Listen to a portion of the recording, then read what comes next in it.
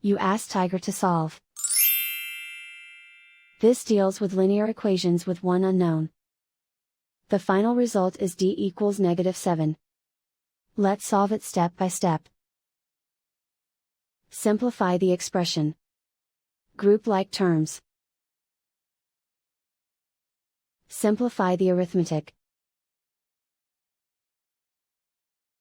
Group all d terms on the left side of the equation. Add 9d to both sides. Group like terms. Simplify the arithmetic. Group like terms. Simplify the arithmetic. Group all constants on the right side of the equation. Subtract 8 from both sides.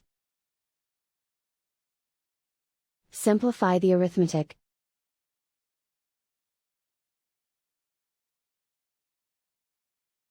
Isolate the d.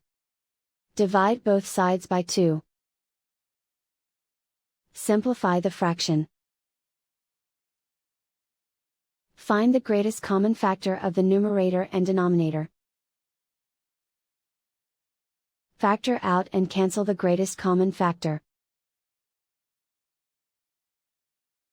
And so the final result is d equals -7.